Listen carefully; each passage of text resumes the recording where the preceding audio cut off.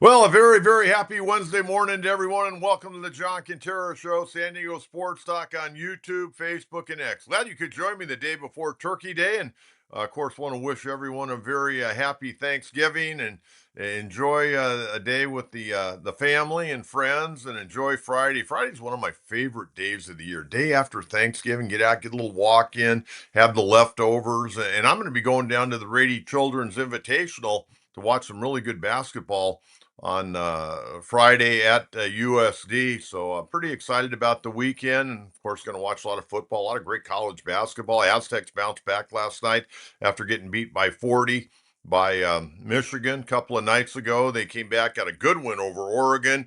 And UC San Diego playing some marvelous basketball.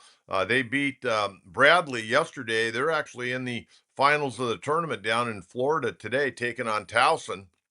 So a lot of good basketball being played right now in San Diego. Okay, we got a lot to cover today on the program. I did want to mention last night I went down to Southwestern College. Great crowd, fantastic crowd. 7,000 and probably some change last night. Carlsbad played a magnificent game, but they ran out of gas in the fourth quarter. They were leading 16-0 going to the fourth against the Cathedral Catholic Dons in the Open Division.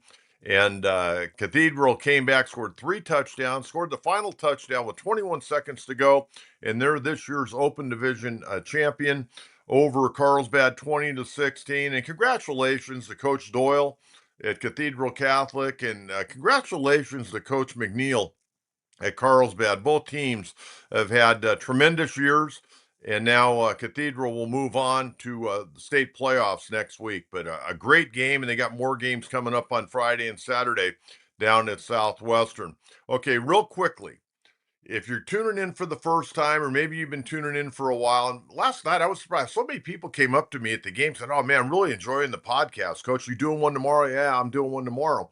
But if you haven't subscribed, please subscribe, please like, please share. And again, to help support the channel, if you want to be a member of our Gold Glove package, $2.99 a month, $2.99 a month, and it helps pay some of the bills that we have.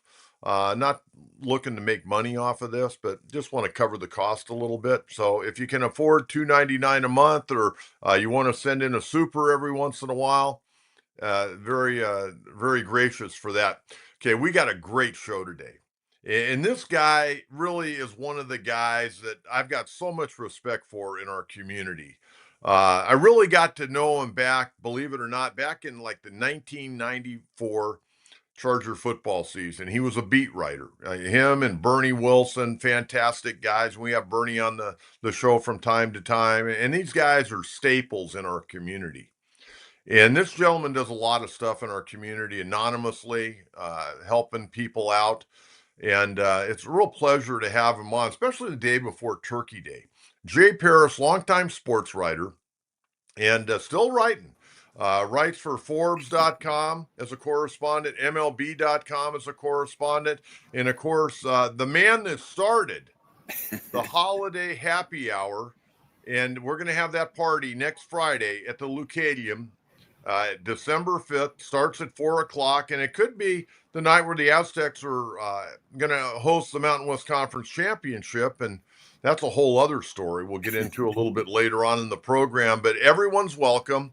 And Jay, good morning. Thanks for joining us. And tell everybody about how this whole thing got started and how it's grown to be really an amazing event. Yeah, John, good morning to you. And thank you so much for reaching out this morning, and Thanksgiving, and happy Thanksgiving to all your listeners. I know this podcast continues to grow, and I hear people talking about it too. And for $2.99, you can't even get a Starbucks coffee for that. And it'd be a great Christmas gift for somebody too. If you know somebody that likes the program, put in their $2.99, and we'll have enough to have a cheeseburger later. But really, the party started. My mom threw a legendary Irish coffee party in Orange County when I was growing up. And I saw all these people come together. And I saw all these people of different backgrounds and with different views and with different outlooks come together one night each year and have fellowship and tell stories and have smiles and just we get kicked in the shins all year. It's nice to have a day that we can all get together. So we started this about 11 years ago over at the Daily Double at the saloon in downtown Encinitas. And basically it was mostly sports writers. And it was a way for the sports writers to get together. I mean, not all the competition is between the lines. Even in our business, we're competing, and that's what makes it great. So you can get that scoop, so you can get that inside information, so you can maybe break a story. That being said, we're all just journalists, and we're just typists, really. So we started getting together at the saloon, and 10 people turned into 20, and we got 50. And then the word got out with the Major League Baseball and the coaches. And, you're always asking coaches and players to do something for you. Give me a quote. I'm working on a story. Do you have 5 minutes? Can you do something for me? Instead, we were asking them, let us do something for you. Come over to the party. We'll buy you a drink, and, everything's off the record, and we're just going to sit around and visit like good people do. And it took off. And, Jack Nicholson told me once, never pass a chance to drop a name. So I'm going to drop some names. I mean, Buddy Black was one of the original guys. And then AJ Preller started coming. And then AJ Preller fired Buddy Black, but they're still sitting at the same table at Holiday Happy Hour. So all these guys that had fired each other and been mad at each other and had red britches over somebody, it didn't matter. The Holiday Happy Hour, you left your troubles and your differences at the door. So, Bud Black, we knew Dave Roberts was coming to the party before he won 3 world championships. So maybe Stomach can get over and get his resume built up. So, Rod Laver, Freddie Lynn, Rick Sutcliffe. It's really amazing that the people that come through the door, and those people that people know, are held in no higher regard than the custodian or the guy down the street from me. Everybody's equal. Nobody's big time in anybody. We're just there to have fun. And then we also collect clothes, and we collect blankets. And there's a lot of brothers and sisters out in our community whose cup isn't as full as ours. And we live in one of the most affluent areas in the world, North County, San Diego. That's not to say there aren't some people hurting.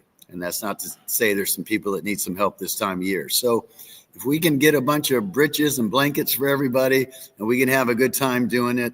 And Leucadian is such near and dear to your heart, John. And maybe you ought to tell that story a little bit. But the real Mr. Quintera, he owned that place, and he ran that place. So every time I walk in, I try to envision John's father. And you think John's big. You ought to see the big guy. I try to envision him behind that bar and with that friendly voice and throwing out a Marine here and there. But, he ran a bar. He was a barkeep. And those guys always have great stories. So it's a great tradition. It just keeps getting bigger and bigger every year. Everyone's invited. And you never know who's going to walk through the door, which makes it exciting as well. And we invite everybody, maybe ride share if you can, hitchhike, or the North County Transit District bus lets you up right out front. But everyone's welcome. I mean, if you got some clothes you can bring or something you're not using, we'll get it to the right people. And thank you so much, John, for your diligent work in getting the word out. Well, I'll tell you what, this is really a can't miss event. I mean, Right. I remember when I started attending, I couldn't wait. When one party was over, I couldn't wait till the next year. And a lot of my friends that have come, they're amazed by the turnout. A couple of years ago, I had to actually go to the door and get Dave Roberts in. We had so many people there. The doorman obviously wasn't a baseball fan. And I go, hey, this guy's okay. We can let him in. Dave Roberts got stopped right at the door. Yeah, I think we threw one of my buddies out and said, get the heck in the lot. We got to get Doc in here. Well, again, folks, and if you can't make it this year, it's always the first Friday in December. This Yes, year sir. it falls on December 5th, 4 o'clock on. And it's just a great time. And like Jay said, if you can bring clothes, blankets, socks, we'll take it all. We'll Yes, take it sir. all. And we got a spot right up front, Jay, for your car with the trunk. I talked to David the other day. Okay. And we'll get you in that spot, and you just open that trunk and people can start laying stuff in. Fill it up, baby. Fill it up. Okay, let's talk Padres a little bit. Yeah. A lot of news, not as far as signing free agents right now, but Right. there's a lot of news. And let's start with the Padre ownership. Okay. 2 weeks ago, I think tomorrow they sent out the press release that they're going to look at strategic ways with this organization, but it could lead to a potential sale. Well, they're going to sell the ball club. Right. Okay, we know that, and they hired a PR firm actually to write the press release. They didn't even have their own people write it. Your thoughts on the Seidler ownership and what you saw and what you're seeing right now? I think the hand was tipped when Mrs. Seidler, raised some concerns with the Seidler brothers. You could tell it was turning into the Hatfields and the McCoys, if you will. And it's very difficult when an owner passes to have everybody pulling that rope the same way. We saw it happen in Baltimore. We've seen it happen in some other Major League Baseball organizations. Once that family gets involved, there's not that clear vision. There's not that we're all in this together. And the Padres will never have an owner like Peter Seidler. I don't know what's taken time to get that statue up, but he was a saint. And to think it was going to run as smoothly as it did under Peter, that was a little misguided. But then again, let's remember, John, the O'Malleys and the Seidlers had been through this. Walter O'Malley passed away, and Peter O'Malley took over, and all the O'Malleys fell in line. Peter Seidler's mom, Terry Seidler, she didn't raise a stink, and none of the cousins raised a stink, and the O'Malley tradition with the Dodgers continued, but it always doesn't work out that way. And when you're strategic planning, that's all but saying I'm going to put a for sale sign on the front lawn, and that's what they're done. I will say I've been disappointed in the Seidler family with John Seidler, and I guess John Seidler. I mean, maybe he didn't understand the grasp, the influence, the impact his brother had down here. I mean, he's an LA guy, so maybe he didn't see it up close. But Peter Seidler was so much more than a baseball owner. He was a part of the community, and he would reach a hand out to help someone up, and he would reach a hand out in his pocket to pick up a tab. And you talk about a guy who did a lot for the community, and people didn't know about it. They knew about some of it, but not all of it.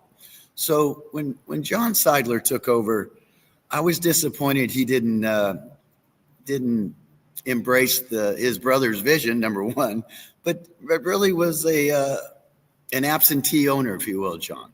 Never met with the media, never had a off the record get to know the guys, never tried to be one of the guys. And when you saw him in the Padres gear, it was brand new. I mean, that was right off the lot, right off the rack. It wasn't an old hat that had salt marks in it, because he'd worn it a lot. So that was disappointing. I think Peter deserved more than that. And his wife, I think she's still 15% ownership. She's probably the biggest owner not named Seidler. So it's disappointing because in sports you either win or you lose the owner lottery. If you're a Dodger fan, you've won the lottery right now with your owner, with people forgetting the Dodgers didn't win a playoff series from 1998 to 2008. That was a long stretch. Nobody said anything about them ruining baseball back then. But they lost the lottery. We saw that with the Chargers. Charger fans lost the owner lottery, for them to leave town after these Charger fans have supported a very mediocre product for almost 6 decades. So you either win that lottery or you don't. So obviously John Seidler and his contingent, we didn't win the lottery, or the Padres hadn't won the lottery yet with the owner. Maybe the next guy can come in and light the fire and have some deep pockets and really continue this. But if nothing else, I think Peter's impact, it goes from the future because it shows you, John, what's possible. It's one thing to say something's possible. It's another thing to see proof. And when you see a sold out Petco Park on a Tuesday night against the Minnesota Twins, you know what's possible. So while Peter's gone, I think his real legacy is what he accomplished and what he showed people's possible. You put a good product on the field, people will come. And the Padres have a lot of holes, but there's nothing bigger than not really having an ownership. And we see the trickle-down effect with Mr. Preller still without a contract, with his front office lieutenants still without a contract. So it's pretty murky. and it's cloudy and there's distractions, but that's life. And everything isn't a walk in the rose garden. But I just hope somebody comes in here with some deep pockets and keep being competitive. I mean, these are the glory days, hard to say, but of the Padres franchise. 4 of the last 6 years in the playoffs, please, back-to-back 90-win seasons. I mean, they'd go 2 years without winning 90 games combined. So, I mean, it's there and it's happening, and it just shows you the level of expectations have risen so much, and that's good. But it's still hard for me to hear people grumbling about back-to-back 90-win seasons. I know that the playoffs and the deep run didn't include that, but still, there's a lot of good here that I think sometimes gets overlooked, John. Jay, before we get to AJ, and he has not received that contract extension yet, this ownership, it's going to be very interesting to see who wants to dive in and buy this franchise. I mean, you're talking about over $2 billion, and you're also looking at past 2026. I really believe there's going to be a stoppage in baseball. I think the owners, for the first time ever, are going to really dig their heels in and try to get a salary cap, which I think baseball probably needs. But they also need to have a floor where some of these teams like Colorado and Pittsburgh and some of the and they need to spend a little bit more money. Right. So I don't think we're going to start baseball on time in 2027. And I don't know if somebody that's just coming into baseball, they're going to come in, they're going to be all excited, they're going to be passionate, and they're going to have to put the brakes on before they can ever get started. Yeah, and you can write contingency plans into these contracts and see what happens in foreign ownership. But this is America. Why are we dumbing down? Why aren't we striving to be the best? This is capitalism. Why is capitalism good for the owners, but it's not good for the players? There's a disconnect there. Why aren't we pushing everybody to be better instead of bringing people to bring down? I understand the competitive balance, but I look at the Mets. They spent all that money. Money in baseball does not equate to success. Now, you have a bigger margin of error, and you have more chances to make mistakes. But I don't know, why aren't we pushing everything up instead of putting limits on it? This is socialism. This is capitalism. This is America. Let's go for the best. Let's spend the money. If you can't, John, if you ask for a seat at the poker table and you get that seat, and the first thing you do is complain about the ante, well, then don't play poker. Only 30 teams. I guarantee you there are 30 wealthy people around the world that can afford a Major League Baseball team. And if it's too rich for somebody's blood, which is fine, then move on. I just hate restricting, well, we're going to why pay the labor? It's just, why can't we pay the labor? Remember that one time that baseball team went bankrupt? No, they don't go bankrupt. Baseball doesn't go bankrupt. If Hal Steinbrenner the other day all but had a tin cup in front of him saying how he doesn't know if the Yankees can make money, the cost is too much, he could sell the Yankees right now for $10 billion tonight. So we're supposed to hear this woe is me and all the cost. And okay, let's see your books. What do the books say? It's very easy to determine whether a company is making money or not. You can have an audit. You can look at the books. But just for on the face value to say we can't keep up, we're not making money, when financial people look at the value of those franchises and they are skyrocketing. You know why? Because it's live entertainment and betting. So they need the content for the betting. So, this woe is me. You can hear all the owners say it, and especially the Pittsburgh and Colorado guys. They don't complain when the Dodgers roll through and they sell out 6 straight games. The Angels had 6 sellouts last year. The Dodgers were 3 of them. They don't complain on the international merchandise, which is evenly divided between the teams when the Dodgers sign all those, sell all those Dodger caps in Tokyo. So it's selective argument. I just think go for it. This is America. Why dumb down? Let's shoot for the moon. And if you can't afford that seat at the poker table, please move on. But this is baseball. We're going for it. And I hear what you're saying, and you might be right on the stoppage, but that is the strongest union in the world, that baseball union. And good luck. I mean, those guys, they got bills too. And when that money stream quits coming in, they're going to feel it. But the Padres, they got kneecapped too with their TV deal, John. Let's face it, that hurt a lot. And whatever owner does come in, there's some bills coming due, and I think you got some interesting numbers on Fernando Tatis. Reminded that. I mean, that was a front-loaded contract, and another platinum glove, and he's still a dynamite player. He hasn't been the player that we thought he'd be. That would be fair, I think, to say. But he's a great talent. But he's getting ready to become extremely wealthy, which is fine. But I don't know if the new guys can afford what's coming up with him and Manny. What do you think on that, John? Well, I think he's going to have to be traded at some point because, I mentioned the other day, so far he signed the contract in 2021. That first year he made $1 million. He did get a $10 million signing bonus, but to this point right now, before the 2026 season starts, he has made $54 million so far. That's nothing, okay? Yeah. He still owed a total of $286 million, and between 2029 and 2034, $216 million, and with Bogarts' contract and then re-upping Machado, which I thought was a mistake. Yeah. I don't know how they can handle all three of these contracts. And the only one they can move is going to be Tatis because he's 27 years of age. The other guys are 33 going on 34. Yeah, they're not going to be able to get rid of those unless they pay a little of the freight, which is possible. You can always maneuver something, but it's sad that Fernando, he's still a great player. I just, sometimes that spark's missing, and I know it's great having him right field, but his energy level when he was playing shortstop was contagious to everybody on the field, and he's a good guy too, and he's an easy guy to root for, but something was missing during those playoffs. Now, I've never seen a gentleman with worse body language than Tatis had.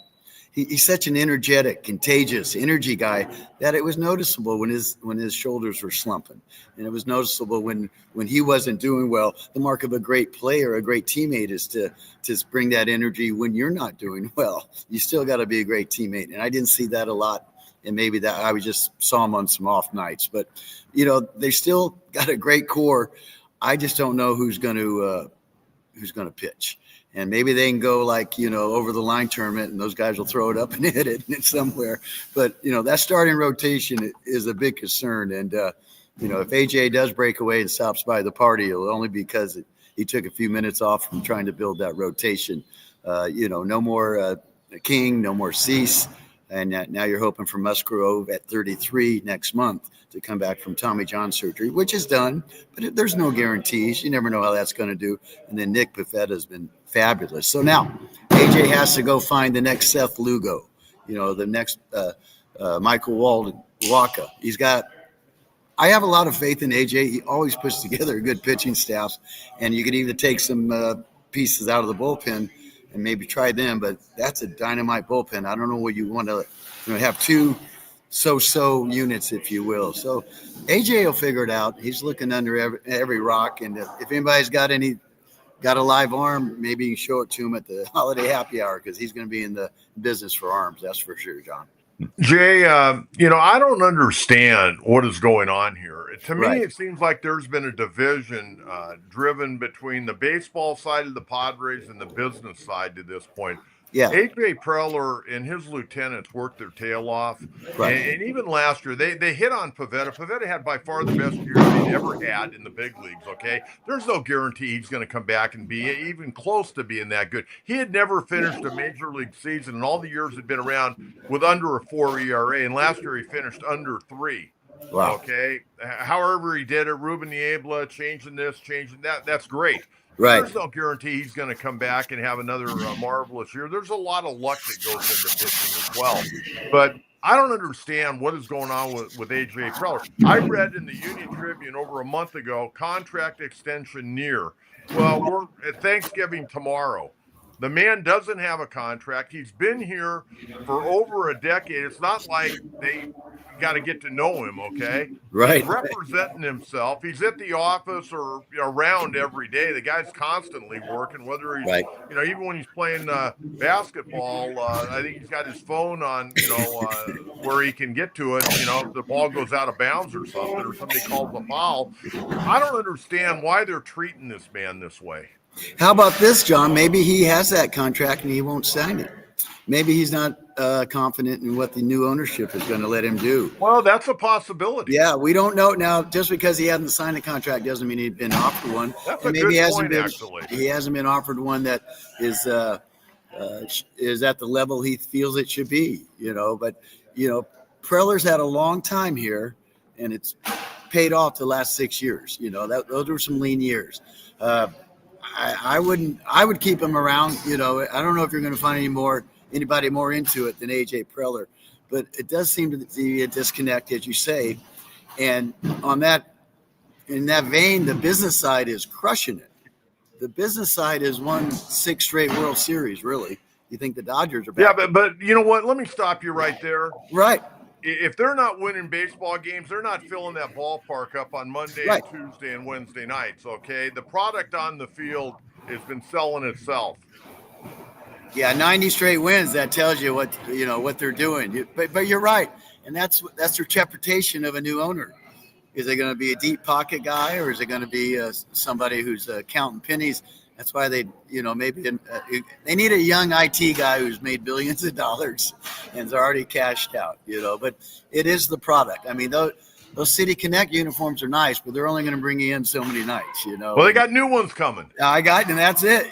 So they can move the merch now. That door down at that team store is never quit spinning. But Eric Grupner and that bunch, they've done great. It's the combination of the success and the combination of this being, basically a one-team town, though. Although our soccer guys are doing great, no NHL team, no NFL team, no NBA team. Green Bay, Wisconsin's the only other city that can say that they only have one of the big four. So the Chargers left the Padres a pretty nice financial lane, and they're taking advantage of it. All right, your opinion of hiring Craig Stammen, that came out of left field. Buckle up, John. It's holidays, What do you think about that? I missed you on that one. What'd you say? Oh, what did you think about the hiring of Craig Stammen coming All out right, of I left got you. field? I got you. I thought it was Jace Tingler 2.0. I thought it was a guy that has zero experience. He knows the guys on the team. That's great, but it doesn't scream win now. When you have a batting, the bench coach, he hasn't been around more. The batting coach is a new guy, a 33-year-old guy. Zero experience on the guy in the biggest seat in the dugout. I guess he has a good relationship with Manny. And, let's be clear here. A lot of this stuff runs through Manny. And if you want to know who runs that ball club down there, I think it's pretty clear. It's Manny Machado, which is fine. He sets the tone in the clubhouse, and Yep. I think a lot of people, not necessarily the players, but I think a lot of people around the organization walk on eggshells around Manny. I don't think it's a comfortable environment. Well, he's the highest paid guy there is. Good luck trying to find somebody who's making more than him. So that usually puts you up on a different pedestal. But his personality, he's not a rah-rah guy. He's not Johnny College or whatever he said. He's not Johnny Hustle. So he plays at his own pace. But, Mr. Salmon, best of luck to him as a manager. He is a great guy. And I don't know if too many people know more than you, John. He was on your show about every other day, it seemed like. Oh, he's a great guy. I mean, he's a marvelous man, and I'm glad they kept him in the organization. I was just kind of surprised that they named him the manager. Yeah, I don't know either. There's a lot of great guys, and, you're not looking for choir boys. But that's changed so much, John, and you know as well as anybody, the manager is upstairs, and the manager went to Harvard, and the manager went to Yale. I mean, it's all run upstairs, and they spit out a lineup, and they send it down to the guys. And, your manager is no longer really the guy who's on the top step. It's from the front office, and maybe that made him so attractive, too. He wouldn't be set in his ways, if you will, to run a ball club. So he's going to take that lineup from upstairs and run with it. Hey, last thing, and I want to get to the Aztecs here in a minute. Sure. But how about this? I had a guy, and I haven't confirmed this, but this guy's pretty in the know. He told me yesterday that Mr. Personality Mike Schilt, who's very thin-skinned with the media, right, is taking on a job with Sirius XM Major League Baseball Radio. Okay. What, Bill Belichick wasn't available or what? Mr. Schilt would get a little salty. He seemed to take offense pretty easily. Another nice guy, another Preller hire. I mean, Preller's gone through some managers now, and it's like a two-year expiration date, and then when you drink the milk, it's already gone sour, So yeah, but hey, 4 out of 6 getting to the playoffs. I don't care if it's Kukla, Fran, and Ollie managing. Exactly, which is maybe surprising why he moved on. They want to say, he resigned or whatever, but there was a footprint on the back of his backside, Right. They wanted to move on. So, you know what, Jay? I keep saying that, and people go, well, why do you say he got fired? And they say you don't give up those. He got fired.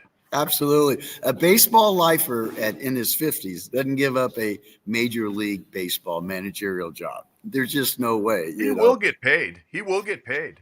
Yeah, good, and he deserves it. I mean, he did a heck of a job. I mean, what do you want the manager to do? You want him to win. He won 90 games twice, and had a great job doing it. So we'll see. That's what makes baseball great. We can sit here and talk about it, and we have no clue what's going to happen. Well, maybe if he spends a little time in the media and sees how it works, maybe he'll be a little bit different if he gets a third opportunity to be a major league skipper. We can only hope, right? He is a good baseball guy, but he drove me nuts. I got to the point I couldn't even watch the post-game show on television. Oh, yeah, it was hard. I mean, it was painful. Yeah, and you got to lean into that at some point if you're the manager, or have some fun with it, but to always be stiff arming people who are just doing their job. Be honest. Hey, we played bad tonight, man. We had 3 hits. Yeah, I mean, instead of saying we're gonna, with it, but you had a bad night. You're not going to have a great night 162 games a year. But he would build on the quality of the at-bat and what he saw, and yada yada yada. But those people who knew baseball knew he was sugarcoating it.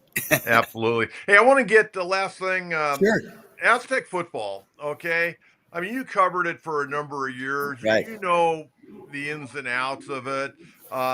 They get this brand new stadium. They went for a money grab that first year, and it's really backfired on them. And now they're trying to backpedal and make better deals and blah, blah, blah, blah, blah. But let me read these stats. Last week against San Jose State, they had 22,595 tickets distributed. Gotcha. In the stadium, they had 15,165. It was a 7:30 kickoff. I get that. And I realize people nowadays, they go to bed a little bit earlier maybe than they did 20 and 30 years ago on a Saturday night. But for the 6 games this year, they averaged tickets distributed 26,189.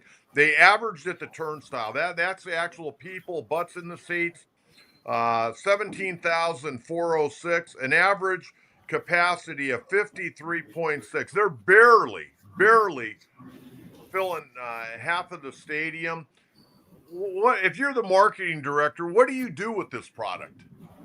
I looked it up at San Diego State. They have a degree in marketing, a bachelor's degree. You can get a degree in marketing at San Diego State.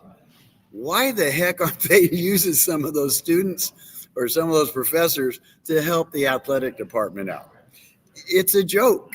Why would you charge $100 for one ticket when you could charge $25 and get 4 people in there for the same price? That ticket distributed ought to be $35,000 every time. Every Pop Warner, every high school team, every high school coach, to get people in there. It's the price, John, of playing boring football during a very successful run under Rocky Long. Those were great teams. And it was like watching paint dry. It was run the ball and defense, which is great. I mean, you can win football games a lot of ways. At the end of the night, you're walking off with a W. People aren't going to watch. I mean, you can't prove it anymore of that successful San Diego State run under Rocky Long, and they couldn't draw flies. Well, back then it was, the 70,000 seat stadium Qualcomm. They can't fill this joint. And there's no bells and whistles. There's no atmosphere or little atmosphere. There's no bars and restaurants around there, and it's overpriced. They're charging, I'm a hotty toddy guy. I'm an Ole Miss guy. They're charging SEC prices to watch Eastern Washington. You can't do that. It amazes me they haven't figured this out after all this time. They've got to make it more fun to go. they got to get, as you say, rear ends in the seats. I mean, when Wyoming rips you from afar after you beat them, and the Wyoming coach says, "Yeah, we were down there playing them, and it was a promotional night." And you go, "What was the promotion?" And he says, "Come dressed as an empty seat." I mean, when you're getting kneecapped from a guy you just beat, that tells you a lot. So there's a million reasons why it's not working, but that means there's a million reasons to make it work. And, they've certainly turned the corner this year. And people. But you know what? They're playing Rocky Long football 2.0 right now. And you know what? I love Rocky Long. He's one of my favorite guys I've ever covered. Right. If he was in town, he would come to the holiday happy hour because he loves drinking a beer, and Debbie, his wife, loves red wine. Okay. Right. But, they ran him out of town because of his style of football. Now, Sean Lewis goes 3-9 the first year. He assessed what he had, what he didn't have. Right. I give him a lot of credit. He's put together a run-oriented team, a physical football team running the football, and they got a great defense, and he's played to that defense, and he's back winning. But it's really Rocky Long 2.0. It is. But, the numbers, you talk numbers. Look at the numbers of San Diego State alumni that live in the area. Where's the show? Where are the students? Where are the guys with their shirts off waving them up in the corner? The show gets a lot of love for basketball, but where are all those students? Because if it's not fun, they're not going to show up. And a lot of people show up for college football in particular to listen to the band, to see their buddies. There's a lot of those people aren't hardcore football guys wanting to talk about cover two and fill in the A gap and all that. It's college football. There's got to be fun. It can't be corporate. And until they figure out how to make it fun over there, they're still going to struggle selling tickets. Well, hopefully they can win on Friday afternoon in New Mexico and host the game, and hopefully SDFC wins against the Vancouver Whitecaps. And, we're going to have a game at Petco Park for football and a soccer game, and now everybody's bitching and moaning, and I understand why. Right. I don't know if you've seen the field. The field looks terrible. Brutal. It looked terrible for San Jose State game the other night. The lines weren't very good. And for the soccer game, I mean, even the goalie of SDFC and tried to be nice, but he ripped the field as well. Right. Yeah, especially that caliber in the playoffs. I mean, you want your best, and that feels. It wasn't Wembley Stadium, that's for sure. Well done. Hey. Good to have you. Okay. Happy Thanksgiving to you and thanks so much, Sean. Family, and looking forward to December 5th. I can't wait, and everybody's invited, and please, on my way out here too, we usually raise a glass, we raise a toast to our friends that have departed, and this past year we've lost two fabulous sports writers, in Bryce Miller and Scott Miller. They weren't related, but they were related because they were good guys and they were good writers, and they love the holiday happy hour. And at some point we'll raise a toast to the sky and sky point them both, because this is Thanksgiving, and be thankful you're still here, and be thankful your parents that they're here if they are. And it's all about love, and we got plenty of that. Hey, Jay, have a great day, and thanks so much for the time. All right, Coach. See you Friday. All righty, there you go. Jay Paris, a longtime sports writer, Forbes and MLB.com correspondent. Well, wow. Got a lot of good info on that one, didn't we, folks? Tell a friend on that one. Share that interview. Holy Toledo. Okay, let's get to the Padres hiring coaches. They've hired two. Randy Knorr going to be the bench coach. Randy Knorr is a great baseball guy. Fantastic baseball guy. Spent parts of 11 years in the big leagues. It's amazing. He played in less than 300 games, but he got like 11 years in the big leagues. Parts of 11 years. But he's been a manager in the minor leagues, lower level, upper level at AAA, been a bench coach for Davey Johnson, Matt Williams in Washington, held a variety of front office roles in Washington. Good baseball guy. Again, a former catcher. Love those catchers. And so he's going to be the bench coach, 57 years of age, as I mentioned. And then the hitting coach is going to be Steven Souza. And Steven Souza is a guy that really had some big years in the minor leagues and never really translated to the big league level. And he retired a few years ago. This last year, he worked with Tampa Bay, worked as a special assistant, did some stuff with hitting, I think, kind of putting together a hitting program. And, I got to laugh a little bit. I hear people criticize hitting coaches all the time. Well, the guy couldn't hit in the big leagues. You know that some of the best hitting coaches in the history of the game never played an ounce of professional baseball. And, I think of a lot of the guys, and some guys have played in the low minors. You don't have to be an all star. In fact, there are a lot of guys that were really good hitters in the big league. They couldn't coach their way out of a wet paper bag. Some of the best coaches I've ever seen were college assistant coaches that really learned the fundamentals and really worked at it and developed players and talked to people. And some of the worst coaches I've ever seen, like in college baseball, and maybe in the pros as well, but they don't really teach as much in the pros now as they once did, especially down at the lower minor leagues. Everything's kind of a controlled atmosphere. But some of the worst coaches that I have ever seen are former major league players. And you say, well, how can that be? Well, here's how it can be. Not everybody has the personality of being a coach and knowing how to deal with guys that have less ability than you. There are a lot of great players. There have been Hall of Famers that have tried to coach, and they struck out more as a coach than they ever did as a player because they couldn't relate to the average guy. They were great and they could do things that other guys couldn't do, and they get frustrated. They get really frustrated when people they're trying to show something to do, they can't do it, and they don't know how to work their way out of it. It's like with hitters. If you have a son or a daughter and you brought them to me, and I'd say, okay, swing the bat for me.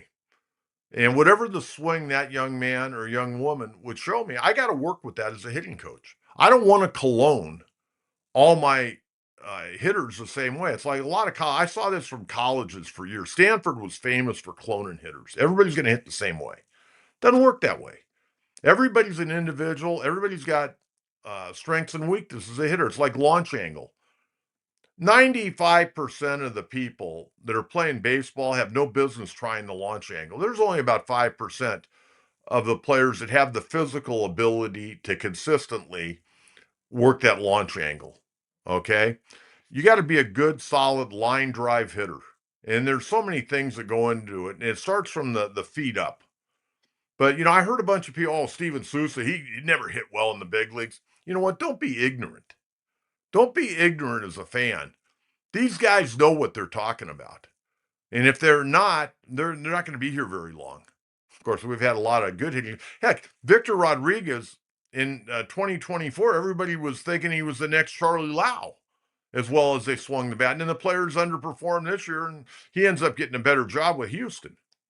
I mean, really, he got a better job going to Houston than staying with the Padres. And, he probably was glad to be out here. He was taking a lot of criticism for, I think, no reason. A lot of his players underperformed. He can, it's the old story. You can lead the horse to water, but you can't make him drink. And some of those guys didn't drink very well. It's that simple. So I'm excited. Randy Norton's a good baseball guy. Steven Souza, I always enjoyed him as a player. He wasn't a great player in the big leagues, but he was a grinder and worked hard. And I think he'll do a nice job here in San Diego. But don't tell me the guy can't coach because he didn't have a big career in the big leagues. It doesn't work that way. I looked up a guy this morning, a guy that recruited me out of junior college, who I think is one of the greatest hitting coaches in the history of baseball, was a guy named Ben Hines.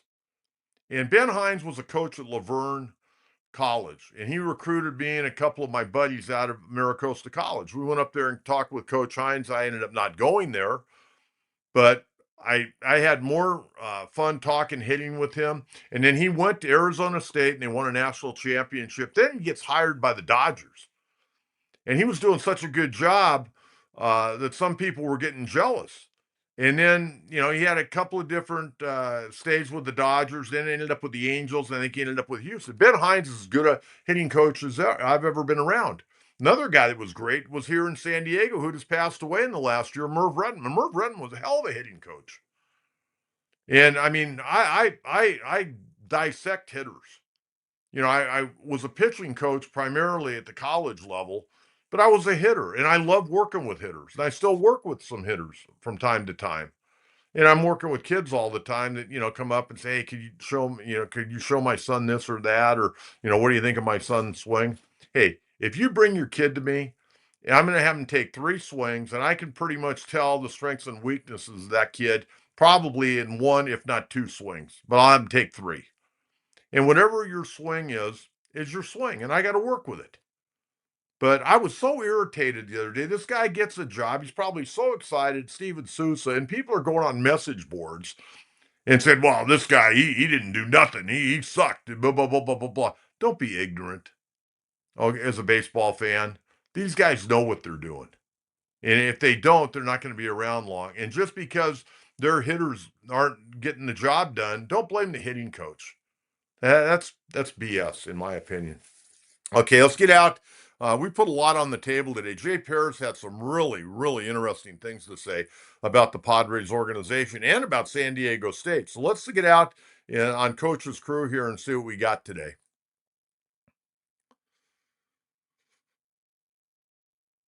Okay, first question coming up here. Let's see what we got. Little casino music. I appreciate you guys as journalists and also how you guys are working to serve the community. Thank you. On another note, I hope Padres sign a Sung Mung Song. Depth, depth, depth. I know nothing about Sun Mun Song, but you know what? I'm going to write it down and I'm going to look it up and I'm going to do my due diligence and I'll have all that information on Monday. Little casino music. You have a great holiday. Thank you very much. Happy Thanksgiving. Okay, Neil Cat 6. Can the Padres possibly try to get some of the players with big contracts to change some of their contracts to deferrals to lessen the current value, or is changing the contract like that not allowed? You could restructure a contract, I believe. I don't see the Padre players willing to do that. They're going to get their money. I don't see them doing that. And you know what? That's a sign that well, it's a sign of 2 things. Number one, it'd be kind of cool if players would do that, but it's also kind of a sign that the Padres spent too much money.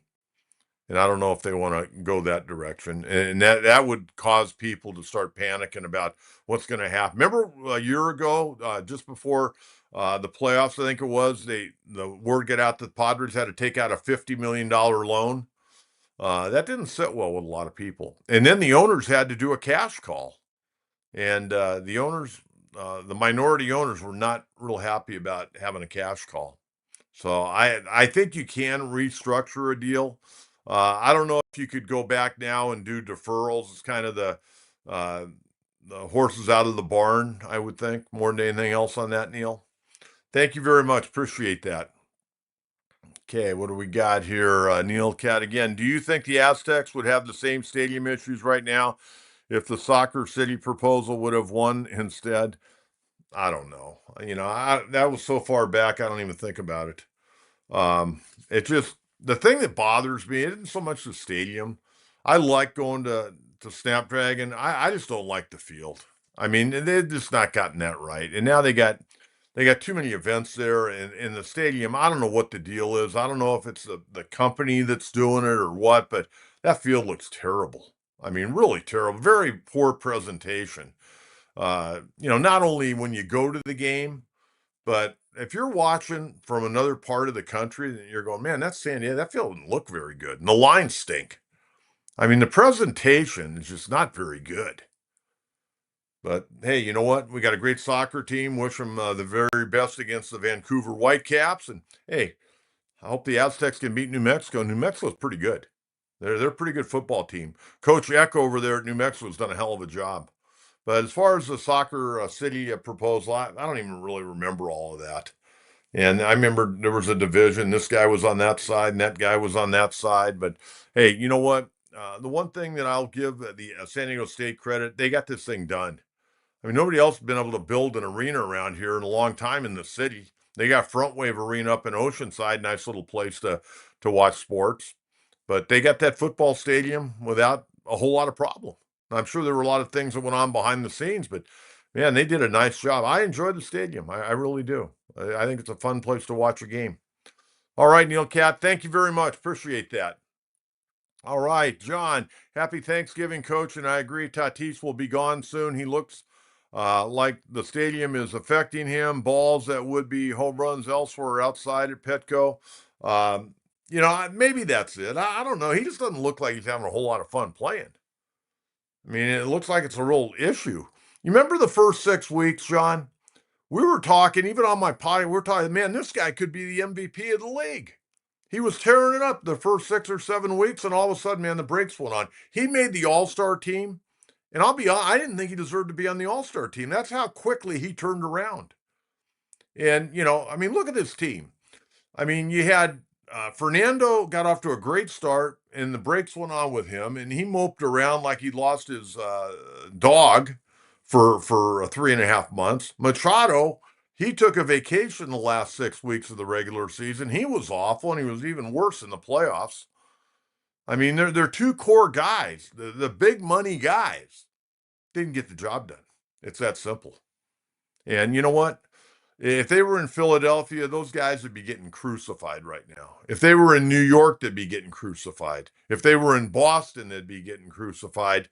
But here in San Diego, everybody's nice to them. Well, you want to be nice to people, but man, you got to produce. When you're making that kind of money, you got to produce. Got to produce it when people ask you a question, not so much Fernando. Man, he gets the RA, as Randy Jones would say, the RA. Most of you can figure that out. I mean, there's accountability. When you're the big man, everybody's telling you how great you are. When you're having a bad day or a bad week or a bad month or bad several months in a row, you got to face the music a little bit. That's part of it. That's part of it. John, thank you very much, and happy Thanksgiving to you and the family. Very much appreciate that. Little casino music. Your take on being a hitting coach is spot on. MLB success as a hitter has nothing to do with being an elite hitting coach. Absolutely. Absolutely. You know, this is me because I love baseball. I watch videos, even today. I don't know if I'll ever coach again. Probably won't. Okay. Because I don't know where I'm at in my life. If I got back into coaching, I'd probably kill myself because I'd worked so hard. And my wife always said, "Man, I'm glad you were a baseball coach, not a football coach. You'd be dead because I'll work and work and work." And it's just who I am and the way I'm built. But I got to tell you, working with hitters is really gratifying. It's very frustrating because you can hit a ball on the nose and it goes right into the third baseman's glove, or left center fielder backhands the ball in the gap, and then you'll hit a little duck fart over the first baseman's head and get a double. But you don't get too many of those. But being a coach was very, very gratifying. I loved it. I wish I could do it again, but I think those days have passed me by. But you got to be a grinder. You got to be a grinder. And you know what? You lose a ball game today, man. You can bitch, moan, and complain to midnight, and then you got to turn the page and you got to be ready to go the next day because you can't let one loss lead into a 2 or 3 or 4. You got to find a way to come back, get properly prepared, and attack your opponent the next day. But love being around hitting coaches. I used to pick Merv Rettenman's brain constantly. I was like his little shadow there in the late 90s down there at Qualcomm Stadium. Every night I was leaning on that batting cage with Merv, and I'd learned a lot from Ben Hines, and I'd learned a lot from a guy that I coached with at Texas Tech. He'd been the former head coach, and he was like a volunteer, a guy by the name of Cal Segrist with a K, Kal. Great hitter. Actually signed with the Yankees the same year Mickey Mantle did and got more money than Mantle, but his knees went bad on him. But Cal taught me a lot about hitting. So I've had like 3 guys that I spent a lot of time with, and I didn't spend as much time with Ben Hines, but I learned. I went to clinics where he talked, and I was magnificent. And then I spent so many hours with Tony talking about things and picking up little things, and a lot of what Tony did. I mean, Tony was a natural hitter, but Merv Rettenman helped him a great deal. And those 2 guys, they helped Greg Vaughn. I mean, really, when Greg Vaughn had that big year, remember he came from Milwaukee and really struggled? And then they got him on track, and they used to work with the batting tee with Greg Vaughn. But Greg Vaughn, Merv Rettenman, and Tony Gwynn, those guys worked diligently and Greg Vaughn's the guy that hit the home runs. I mean, you got to give him credit, but Tony and Merv worked tireless hours with Greg Vaughn to get him on track. Little casino music, thank you very much. I appreciate that. Okay, what else we got? Matt, Coach, why don't players in the U.S. want to play in the WBC? You even see top soccer players wanting to play for their country in the World Cup. And I saw this morning, Otani's going to play. The Dodgers made the announcement Otani's going to play again in the uh, World Baseball Classic. I don't know. It probably just doesn't mean as much. I mean, those foreign countries, it means a lot to play in World Baseball Classic. And I'll be honest, I was not the biggest World Baseball Classic guy. I don't want my guys to get hurt. And I think every organization probably, Dominican Republic, Venezuela, Canada, Mexico, that's a big deal. They want to go against USA and they want to go against the other countries. I mean, I don't know. It's like this. If I was ever good enough to play on the Olympic team, I would want to play on the Olympic team. I wouldn't bypass that opportunity. Are you kidding me? But I remember back in the 70s when there were guys, making political statements. I don't know about political statements. Only thing I know is I like to play ball. Okay, I don't worry about who you voted for or who you're going to vote for or who you like or who you don't like. I want to put on a uniform and play. Okay, it's that simple. But I remember back in the 70s, guys wouldn't play on the United States Olympic team because they didn't like what was going on in our country and this and that. And you got a chance to represent your country, represent the American flag. Seriously. I mean, I don't know how you could ever turn that opportunity down. And, a guy like Otani, I'm sure the Dodgers aren't clamoring for him to play in the World Baseball Classic. I mean, they don't want him to pitch. You're kidding me? They want to keep all of his bullets for them. But they're not going to tell Otani you can't play. He wants to play. He played last time and won it. Man, what a matchup there. Going against Mike Trout, that was crazy. But the guys in the U.S., it doesn't mean enough to some of them, I guess. They wanted to stay in spring training, do their thing. I got news for you. It's they might as well play as much baseball as they can this coming year because we may not have baseball a whole lot until later in 2027. They won't. I'd be shocked if we had a traditional opening day in 2027. I really, really do. And I know Jay Paris says, hey, there shouldn't be a salary cap, blah, blah, blah, blah, blah. And that's good. Okay. But with that caveat, then I think you ought to be able to cut guys if they're underperforming. They do in the NFL. Those guys don't get paid. They get released. You have a bad couple of games or you're not playing up to your standard, you're cut. See you. Goodbye. You're a free agent. Goodbye. Guy's hitting 199. He's got a 5-year contract for $150 million. Guy's not performing. Goodbye. See ya. But they've got guaranteed contracts. The one sport that should have guaranteed contracts is football. I mean, you get done playing football, you can barely walk if you can walk. And we know about all the CTE things that come later in life. Matt, thank you very much. Appreciate that. Okay, what else we got here? Okay, let's get to Coach's mailbag. We got a couple of good questions from last time, I believe. Austin Prather, happy Thanksgiving to you and your family, Coach. Enjoy the holiday weekend. Thanks for being a great friend to me. Hey, Austin, it's easy. You're a good kid. Love our relationship. Love seeing you. And a very happy Thanksgiving to you and your mom and dad and grandparents who I've met numerous times. Great people and always enjoy when you come out to a lot of our events. And we always have a lot of fun. So I hope you guys have a great Turkey Day. Okay, what else we got here? Finish up with a couple of more. All right, user 2524. If you could have one player in their prime for next season, would it be Machado or Tatis? I'd like to go back with Fernando to his third year in the big leagues, the year before he got dinged. Yeah, that's the year he hit 42 home runs and drove in 97. And he was, playing all over the place. He playing shortstop. And you know what? I think they could have kept him at shortstop, but the routine play gave him a problem. He made the spectacular play, but you need a guy that can make the routine play. And hit bounce throws, his accuracy, and that comes down to work and technique and fundamentals. And I think he plays a lot freer in the outfield now. But I go back to the year he hit the 42 home runs. That's the guy I'd like to see. That's the guy I'd like to see. I don't want a guy hitting 268 with 25 bombs. I want to see a guy hitting the 280s with 42 dingers and driving in almost 100 runs. That'd be my guy. Machado, think about Machado. Machado's had a very consistent career. I mean, at the end of the year, he's like a 283 career hitter, somewhere around there. And he's going to get his 25 to 30 home runs, I think. Playing early part of his career there at Camden Yard, that was a hitter-friendly ballpark. He probably benefited from hitting there. I think his numbers are good at both places, but I think they're probably, if you looked at individual years, they might be a little bit better here and there. But he's had some really good years with the Padres, really good years. But this year, he hit 275. But he was over 300 there for a while. But last 6 weeks, man, really struggled. Okay, we got one more. Got one more today. Fun one. Excited to see Musgrove back on the mound. Do you think he'll be the same?